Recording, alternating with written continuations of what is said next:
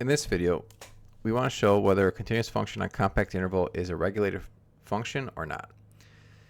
So it turns out it is, but let's first explain what does it mean to be a regulated function.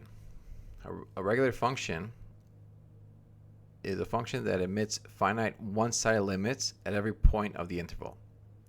So if we look at, let's say, inside the interval, a to b, not including the endpoints a and b. So let's say just everything inside a and b. The left-hand limit and the right-hand limit exist and are finite.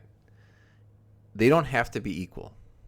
So the equality will be if it's continuous. We just need to have them exist and be finite. And then at the endpoints, only the appropriate one-side limits are required. So if we're looking at a to b,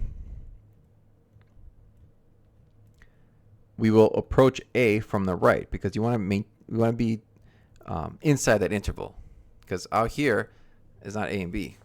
So the appropriate one-sided limit has to be from the right of a and then from the left of b. Okay, so let's look at an example of a regulated but not continuous function. So this is going to be horizontal line at 0 and then at 1. So at 0, it's there's a hole here. Okay, so then if we look at the left-hand limit, clearly that's going to 0. The right-hand limit is going to 1. The limit exists. The left-hand limit exists and the right-hand limit exists at 0, which means that it is regulated. And everywhere else it exists as well, because over here it's continuous. That's continuous. Okay, let's look at one where function is not regulated. So if we look at sine of 1 over x, that oscillates like crazy between -1 and 1. And so when we're looking at x equals 0, either from the left or the right, and also we don't care about this. Since we're looking at a limit from x approaching 0 from left and right, we're only looking at this. So then that goes between -1 and 1 because it oscillates, and it doesn't go to a specific number, which means the limit doesn't exist. So the limit doesn't exist at 0, left of 0 to the right 0, so we say it's not regulated. Now the question was asking for a compact interval, so that's going to be this occasion here. So let's say if we have a continuous function on a compact interval, is it regulated? Well, let's see. If it's continuous, then that means that the left-hand limit and the right-hand limit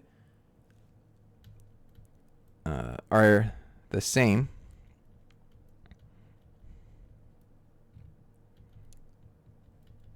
And the reason is because it's continuous.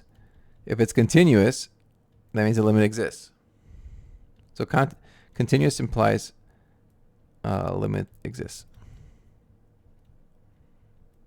And what does it mean for a limit to exist? It means that the left-hand limit has to equal the right-hand limit. And also, not only do these have to be equal, they must equal f at the x value, which is x. T value, which is x. So the left-hand limit and right-hand limit are the same and equal f of x. That's what we have over here. So that's for everything inside a and b. So a and b is good. But now let's look at the endpoints. What happens at a and what happens at b? Well, same thing. The right-hand limit, right? We're staying inside the interval. Right-hand limit of a, of f of t, turns into f of a because it's continuous. And same thing with b, approaching it from the left, f of t, it's equal to f of b.